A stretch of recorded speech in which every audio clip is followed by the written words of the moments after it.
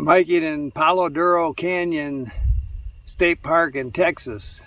It's really not a backpacking destination. It's kind of on my way south. You have to string all the day hiking trails together here to get a, for me 1 day, you could get a 2-day backpacking trip out of this and do every trail in the canyon. They like to call it the Grand Canyon of Texas. And they say everything's big in Texas, but the Grand Canyon would swallow this up many times over. But it's a unique place, a lot of critters. I like critters. And I like to hike here. Weather's beautiful, much drier than Michigan was. And we'll spend a couple days here backpacking. So I thought today we'd talk about the heaviest thing a backpacker carries, and that's dihydrogen monoxide. And the stuff's lethal. I mean, it's very corrosive. You got to be careful with it. It can scald you, freeze you, suffocate you, knock you over.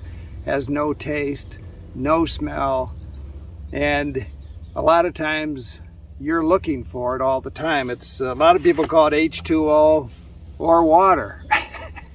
And I measured this before I left this morning. I haven't taken a swig from it, and that much water right there, and this bottle weighs 7 ounces.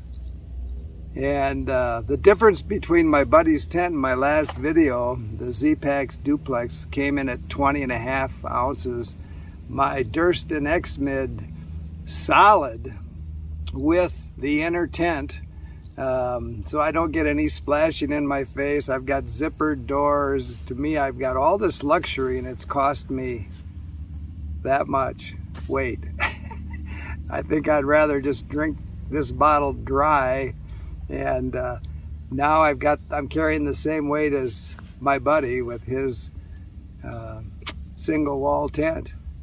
So a lot of people think about water and, are they going to find enough water on a trail? But like on the PCT, so you'll go 700 miles looking for water. If they didn't put some of these water caches out there, the first part of the PCT would be a problem.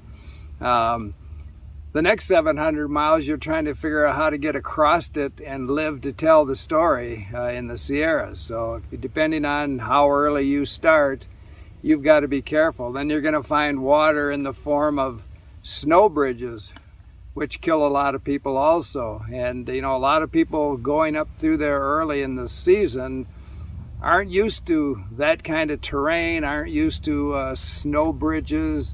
And I think in 2017, a couple of gals died going through probably snow bridges, I think is what they figured they were doing.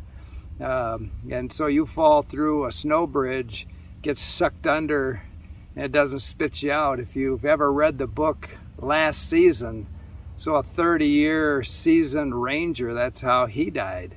So water comes in lots of forms, and it can kill you by sucking all the heat out of you. It can kill you by not drinking enough of it. It can kill you by trying to cross it. And so water is going to be a very important part of a thru hiking life, and you should know everything about it. Even though it sounds simple, you think you know everything you know about water, study water.